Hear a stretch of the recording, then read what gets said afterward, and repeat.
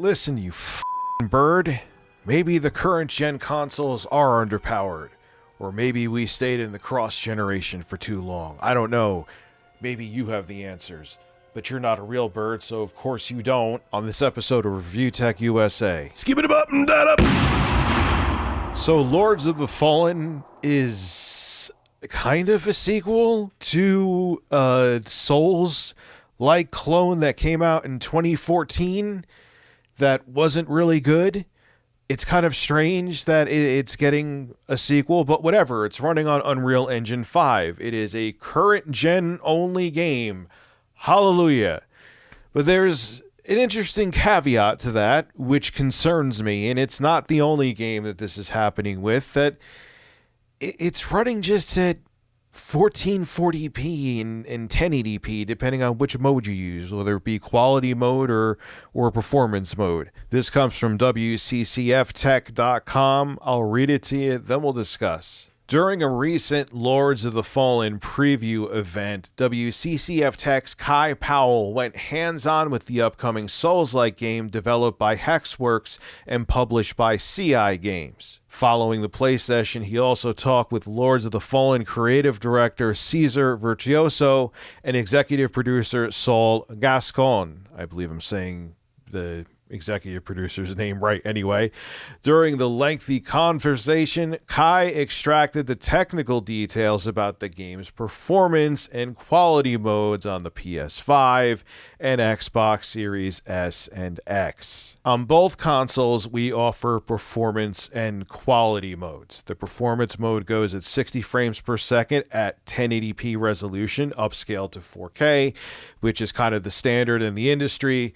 The quality mode is 2K, 1440p or 2560 by 1440, running at 30 FPS. But even if you play at 60, Lords of the Fallen looks really good, but it's 1080p 60 FPS in 2023. You blew it. Hexworks Games will be one of the first AAA Unreal Engine 5 showcases.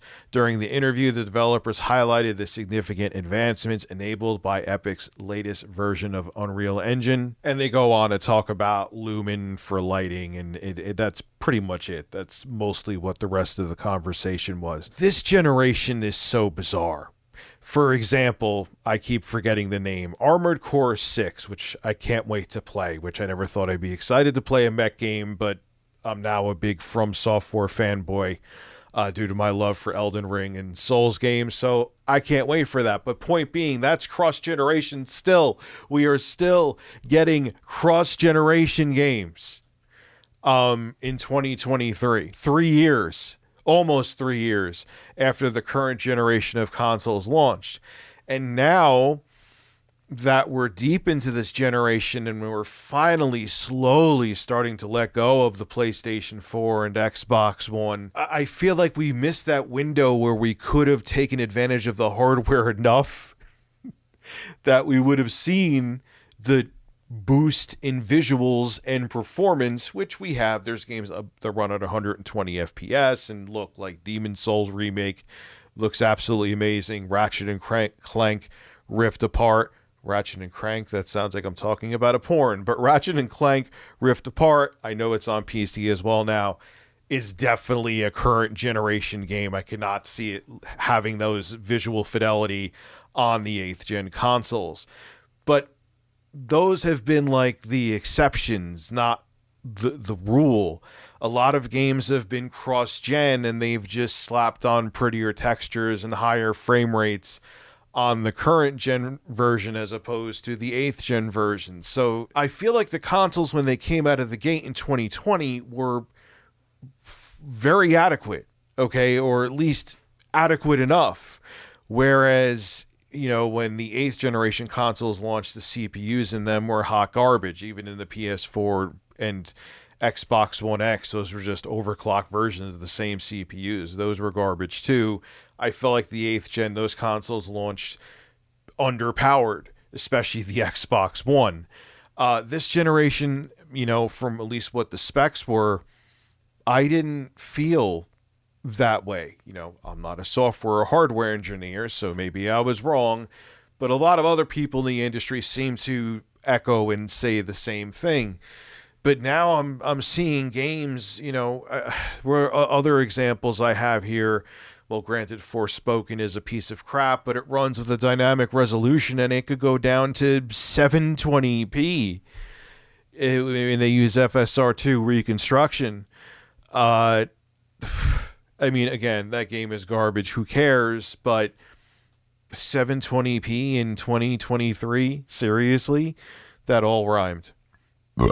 And if you want the quality mode in the Dead Space remake, both on the PS5 and Series X, it's going to be 1440p, not even full 4K, running at 30 FPS. So it just kind of sucks because I feel like, and then you have Sony already talking about a goddamn PS5 Pro, which I guess maybe we need if these consoles are already being tapped out and not even hitting 1440p in a decent amount of cases. Maybe I was wrong and it is time for some kind of Pro console. Microsoft doesn't seem interested in it though, which will make things really weird. Because at least with the previous generation, there was the Xbox One X and the PS4 Pro. So then you're going to have one competitor that's not even going to have their own version of a Pro, but PlayStation's going to have a PS5 Pro. So how we're developing games is going to work that way. It's going to be so many different tiers, especially with the Series S, X, PS5, and PS5 Pro. Okay. I guess we'll have to wait and see what happens, but I feel like we kind of got robbed this generation of a couple years because, yes, there's been great games, don't get me wrong, but developers, because they stayed cross-generation for so long, I feel like we haven't really gotten to take advantage of the current generation hardware, and now that we're starting to, because the generation was cross-generation so long, the current generation consoles are now already tapped out because we were stuck in cross-gen for so damn long. I'm going to shut up. You get my point. This is Retro Review Tech USA signing out. Have a bird one.